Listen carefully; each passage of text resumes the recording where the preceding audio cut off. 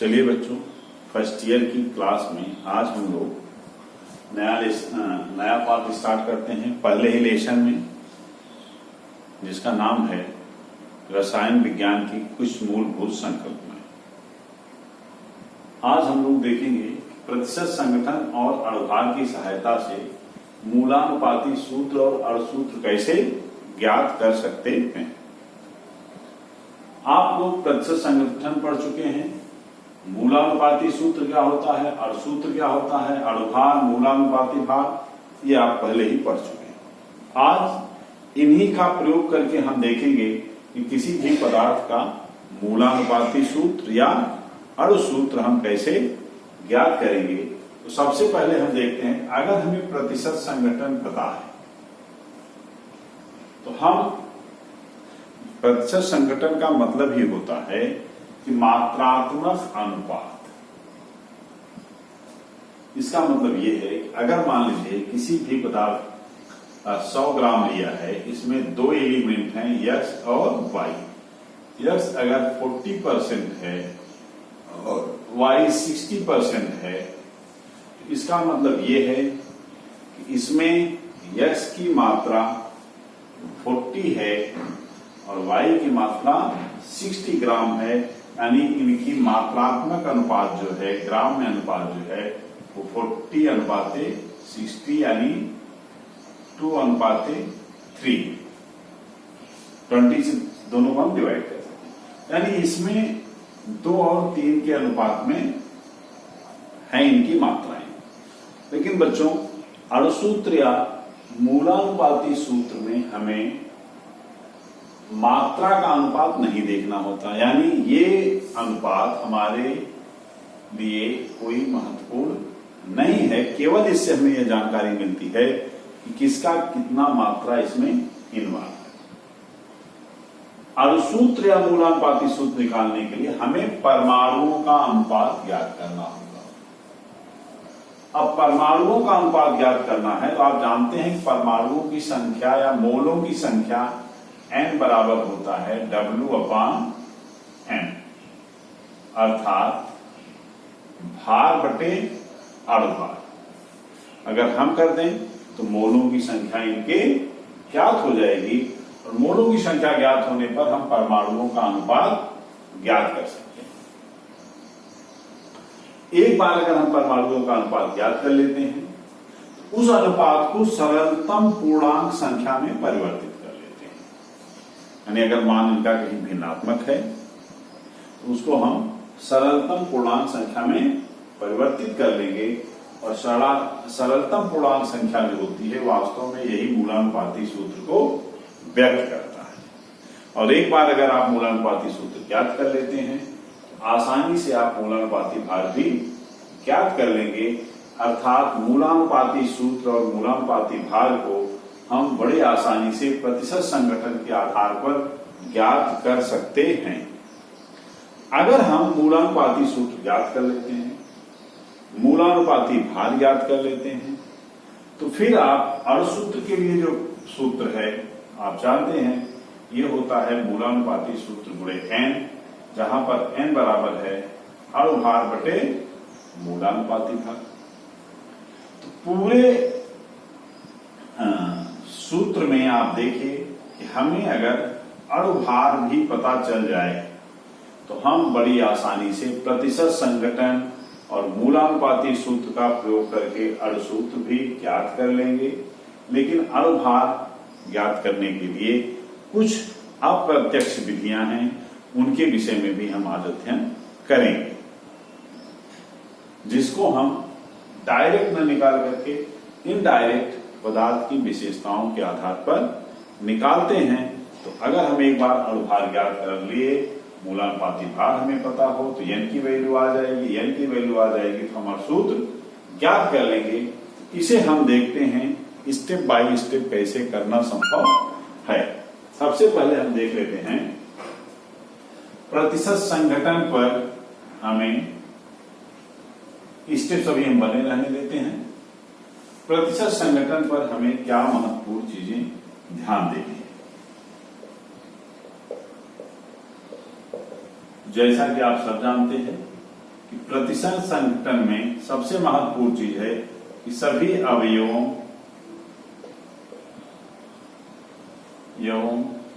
के प्रतिशत का योग बराबर 100 होता है। सीधी सी बात है, अगर किसी पदार्थ का हम विश्लेषण करेंगे तो सभी तत्वों के अगर हम प्रतिशत मात्राओं को जोड़ देंगे उसका योग कितना हो जाना चाहिए? 100 आना चाहिए। कभी कभी यदि योग 100 नहीं आता है तो शेष मात्रा ऑक्सीजन की होती है, जिसको कभी कभी सीधे सीधे प्रश्न में दिया नहीं जाता है।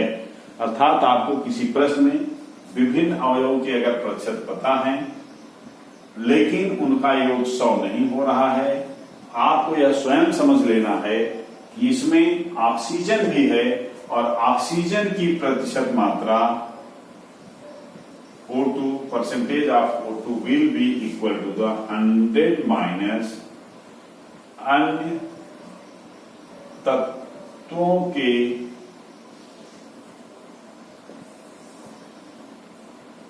प्रतिशत मात्राओं का योग। इस तरह से आप सभी अवयवों की प्रतिशत मात्रा ज्ञात कर लेंगे। अगर किसी का प्रतिशत सभी का योग 100 नहीं है तो उससे हम ऑक्सीजन की प्रतिशत मात्रा ज्ञात कर लेंगे और ये स्वयं मान लेंगे कि अगर योग 100 नहीं हो रहा है तो बची हुई शेष मात्रा ऑक्सीजन की होनी चाहिए। अब जब हमें प्रतिशत संघटन पता हो जाता है तो हम मात्रात्मक अनुपात भी ज्ञात कर लेते हैं, क्योंकि मात्रात्मक अनुपात और प्रतिशत संघटन एक ही चीज है। अब हम परमाणुओं का अनुपात कैसे ज्ञात करेंगे? तो अभी हमने आपको बताया था, परमाणुओं की संख्या ज्ञात करने के लिए हम मोल से इसको निकालते हैं। मोलों का अनुपात बराबर होता है परमाणुओं का अनुपात। तो मोलों की संख्या के आधार पर अगर हम देखेंगे यह बराबर हो जाएगा तत्व की प्रतिशत मात्रा बटे परमाणु भार। किसी भी तत्व की परमाणुओं की संख्या या मोलों की संख्या, उस तत्व की प्रतिशत मात्रा को हम परमाणु भार से भाग दे देते हैं तो जो आता है वही उसके परमाणुओं के वास्तव में मोलों की संख्या होती है। ये मोलों की संख्या हमें ज्ञात हो जाएगी। एक बार जब हम मोलों की संख्या ज्ञात कर लेंगे, तत्वों की प्रतिशत मात्रा हमें पता है, मोलों की संख्या हमने ज्ञात कर ली, उसके बाद हम सरलतम अनुपात प्राप्त करेंगे। सरलतम अनुपात में मान लीजिए A अनुपाते B का मान है 2.15 अनुपाते 3.95। बच्चों, यहां पर हमें एक चीज ध्यान देना है कि सरलतम अनुपात में अगर डिफरेंस बहुत कम है, मान लीजिए 0.5 है, बहुत ज्यादा अगर डिफरेंस नहीं है, इनको एप्रोक्सीमेशन करते हुए, लगभग मान लेते हुए इनका निकटतम मान ही हम पूर्णांक में ले लेते हैं। वैसे यहां पर 2.05 को हम 2 ले लेंगे और 3.95 को हम 4 मान लेंगे। यहां पर जो अनुपात हो गया वो हो गया 2:4 का, क्योंकि कुछ त्रुटियां हो सकता है मैथमेटिकल एरर के नाते या प्रायोगिक एरर के नाते रह जाती हैं, इसलिए छोटे बहुत जो अंतराल होते हैं पॉइंट्स में, उनको हम इग्नोर करते हुए सीधे सीधे हम पूर्णांक संख्या के आसपास निकटतम मान इनका ले लेते हैं। लेकिन अगर यह मान इस तरह से नहीं है, इनमें काफी डिफरेंस है, जैसे मान लीजिए है A अनुपाते B इक्वल टू 1.5 अनुपाते 2, यहां पर इसको हम 1 मान लें, इसको 2 मान लें तो गलत हो जाए। यहां पे हम उचित गुणांकों का प्रयोग ट्रायल एरर मेथड से करेंगे और यह देखने की कोशिश करेंगे कि कितने से गुणा करने से, भाग करने से, जोड़ और घटाव हम कर नहीं सकते, प्लस माइनस नहीं करेंगे, केवल गुणा कर सकते हैं या भाग दे करके इनको हम पूर्णांक में बदलने की कोशिश करेंगे और एक सामान्य गुणांक या भाजक का प्रयोग करेंगे। यहां पर अगर हम 2 से गुणा कर लें तो देखिए हो जाएगा 3:2 दूनी 4। ये जो 3:4 का अनुपात है, यहाँ पर A/B का अनुपात 3:4 होगा। इसका मतलब जो पूर्णांक में हम बदलते हैं तो हम ये देखते हैं कि वास्तव में इनका क्या मान है, वो बहुत सूक्ष्म अंतर है, तो हम उसको निकटतम मानों में कन्वर्ट कर देंगे। अगर काफी अंतराल है तो उसमें हम उचित गुणांकों का प्रयोग करके उसे पूर्णांक संख्या में ज्ञात कर लेते हैं। यहां पर अगर मूलानुपाती सूत्र हम देखें सरलतम अनुपात के बाद, ये हो जाएगा A/B/4, क्योंकि A का अनुपात 2 है, B का अनुपात 4 है। या और सरल करेंगे इसको, ये हो जाएगा 1:2। इसको हम क्या लिख सकते हैं, AB, लेकिन यहां पर इसका मूलानुपाती सूत्र होगा A3B4। 3:4 को और सूक्ष्म सरलतम में हम नहीं बदल सकते। ध्यान ये देना है कि 2:4 सरलतम नहीं है, इसको और छोटा किया जा सकता है। सरलतम अनुपात कितना है, 1:2। तब हम इसका सूत्र लिखेंगे AB2, A2B4 लिखना उचित नहीं है, जबकि यहाँ पर A/B के अनुसार अगर हम लिखेंगे 3:4 आता है, यहाँ पर जो सूत्र होगा मूलानुपाती हो जाएगा A3B4। इस तरह से हम लोग मूलानुपाती सूत्र ज्ञात कर सकते हैं और मूलानुपाती सूत्र की मदद से मूलानुपाती भाग भी ज्ञात कर लेंगे। अब हम लोग दूसरा पॉइंट देखेंगे कि अणुभार कैसे ज्ञात करें।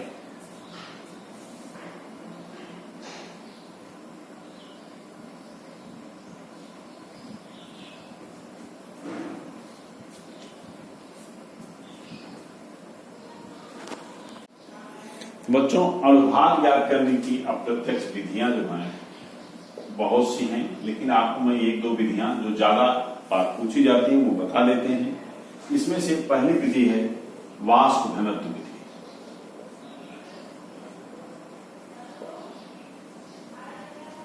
बहुत ही आसानी से अगर वाष्प घनत्व दिया हो तो आप लिख सकते हैं अणुभार, ये गैसीय स्थिति में ही होता है गैसों के लिए। अणुभार बराबर हो जाएगा 2 गुणे वाष्प घनत्व। दूसरा जो विधि है वह है कि हम अगर गैसों में देखें मूलर आयतन के आधार, मूलर आयतन के आधार,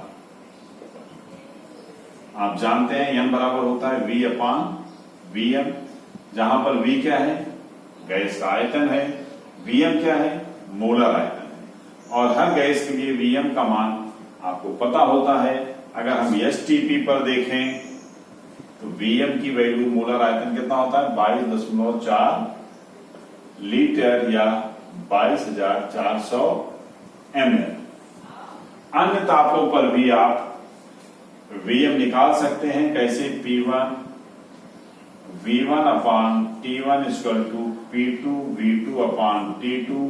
ये सारी चीजें हमने आपको पहले बताई है, पिछले क्लास लेक्चर्स के वीडियो आप देखिए, उसमें क्लियर हो जाएगा।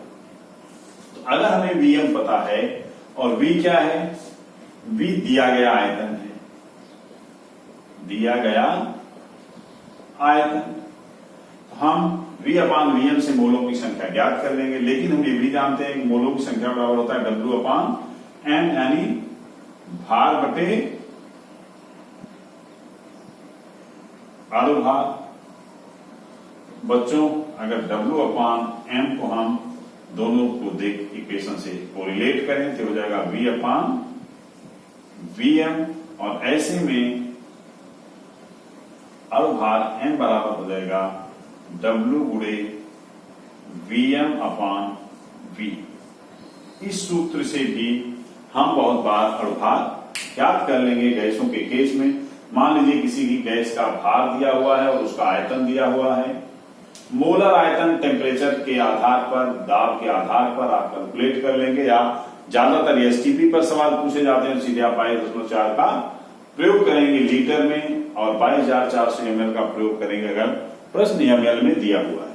तो आपको अगर दिया हुआ आयतन पता है, मोलर आयतन आप खुद ज्ञात कर सकते हैं, W का मान दिया हुआ है तो आप उस गैस का अणुभार ज्ञात कर लेंगे। तो ये दो विधियां हैं अणुभार ज्ञात करने की। एक तीसरी विधि आपको बताई जा सकती है और वह है तुल्यांकी भार से। तुल्यांकी भार से अणुभार हम निकाल सकते हैं और अणुभार बराबर होता है तुल्यांकी भार गुणे n, जहां पर n जो है, n फैक्टर इसको हम कहते हैं। n फैक्टर इस बात पर निर्भर करता है कि अम्ल है, क्षार है, कोई तत्व है या फिर आक्सीकारक है, अपचायक है। इनके निकालने की विधियां हम लोग डिस्कस करेंगे अगले लेसन्स में। यहां पर ये जानिए, सामान्य रूप से जानिए कि n फैक्टर जो होता है ये अम्लों के लिए अम्लता है, अम्लों के लिए क्षारकता है, क्षारों के लिए अम्लता है, परमाणुओं के लिए संयोजकता है या ऑक्सीकरण संख्या में परिवर्तन है। ये चीजें अभी आपको आगे जब हम ऑक्सीकरण अपचयन पढ़ेंगे तो वहां पर देखेंगे डिटेल में। तो अभी आपको ज्यादातर सवाल इन्हीं दोनों पे आएंगे, या अगर तुल्यांकी भार दिया होगा तो क्षारकता अम्लता के सवाल आ सकते हैं, जिसको आप हाई स्कूल में भी पढ़ चुके हैं। इस तरह से हम लोग अणुभार अगर ज्ञात कर लिए तो अणुसूत्र को भी ज्ञात किया जा सकता है n का मान निकाल करके। बच्चों अब इसको हम पूरी प्रक्रिया को एक टेबल के फॉर्म में कर लेते हैं। जब हम इसको टेबल के फॉर्म में करते हैं हमारा क्वेश्चन काफी आसान और छोटे में हो जाता है। तो टेबल कैसे बनती है उसको आप देखिए।